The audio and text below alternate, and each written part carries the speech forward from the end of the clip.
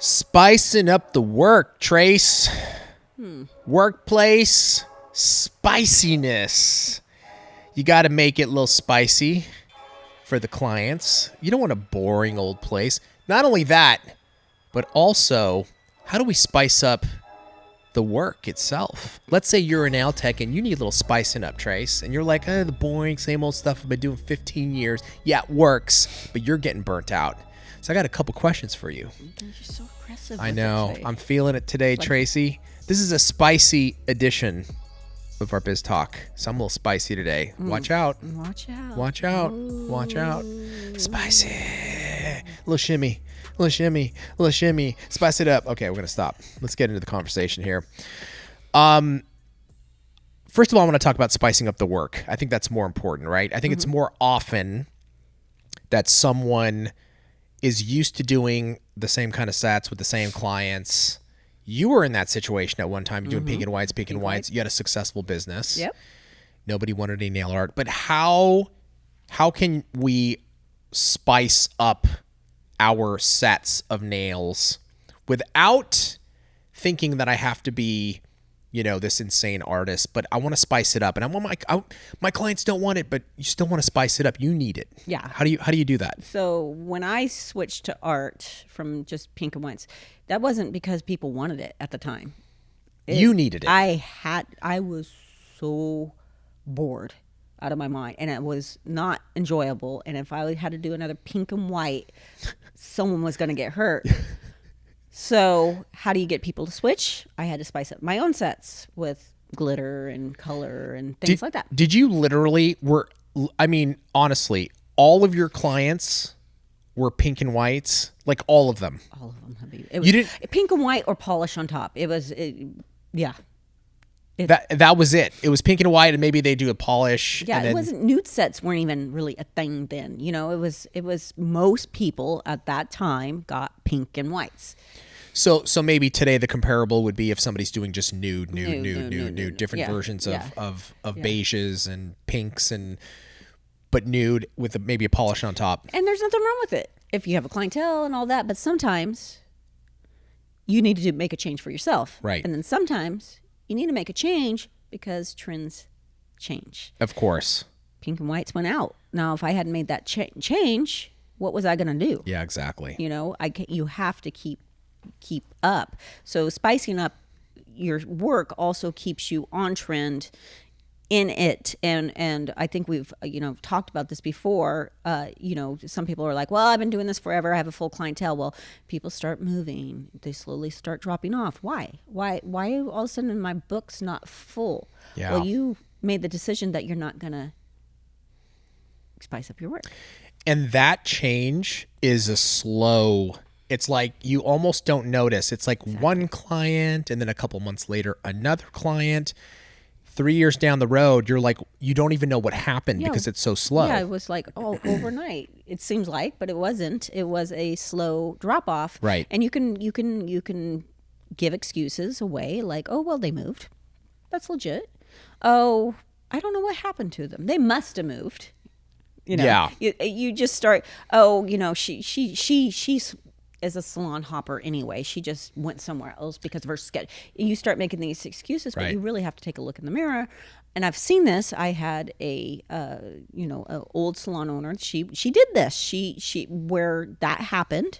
She was very much silk and fiberglass. Nothing wrong with it. I also did silk and fiberglass at the time. I get Holy it. moly. But that's all she would do. And gel was really starting to take off, and she was just not going to do it. Nope.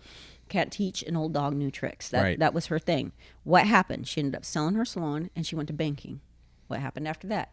Hated banking, came back to nails, and guess what she learned?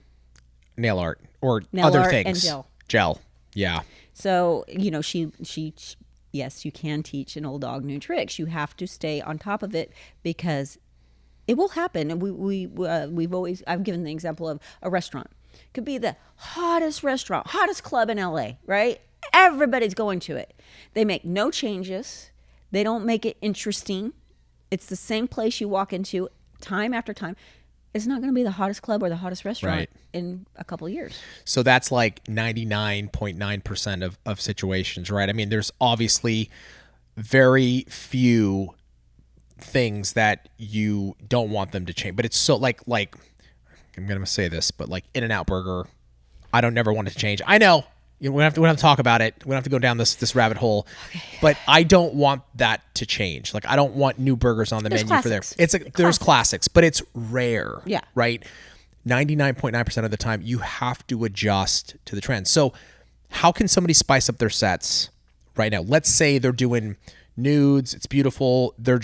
You're like losing your mind, or even you're somebody that's just doing nails right now, and you just want to know, what can I do to just spice my nails up? So you said you started spicing up your own sets. Spice your own sets because why? People see it, they want it. And that's just in general. You want clientele, put nails on yourself. You want to change. I always laugh, like if I really I wanted the easy week, I put an easy set on myself. Something very simple. Why? Because that's what they're going to, I don't know. Can you do that? But purples?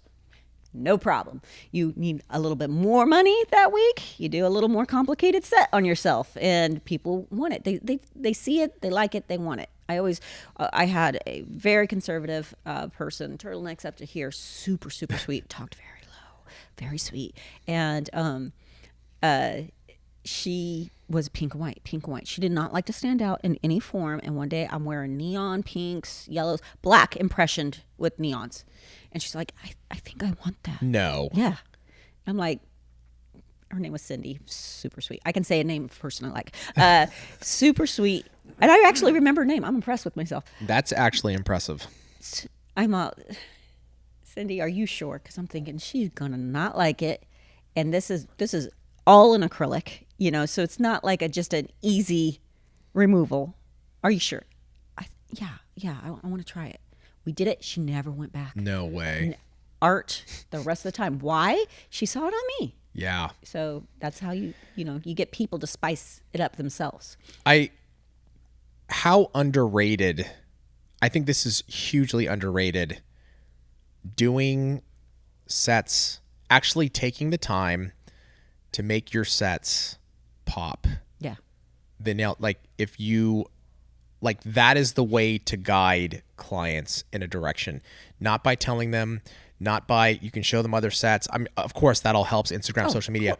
Totally. But straight up, if you are wearing, how many nail technicians, let me ask you this, are not doing that, are not doing their own nails? Like it's kind of like the mechanic with the cars, always broken. 100%. And believe me, I was one of the worst. Because it's hard. The last thing you want to do at the end of the day is your own nails. Right.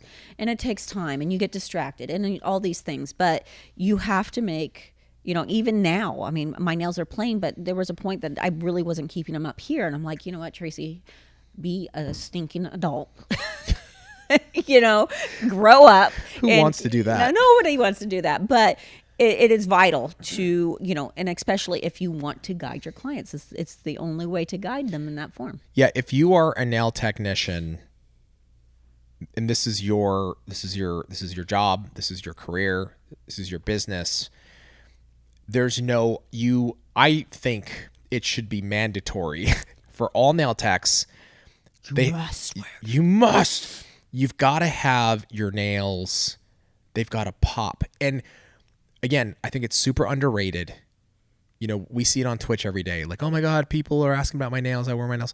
If you do your nails and there's a pop, the clients that you will get, the direction that you want to steer them, if you want spice in your sets, if you put a little bit of spice in your nails, it's going to take the business in that direction. It gets people's attention. For instance, I have very plain nails right now, but I was playing with some foils the other day, and I got them on my nails, but sometimes it kind of embeds. Yeah. And we're on Twitch, and you're like, what's on your nails? Yeah, exactly.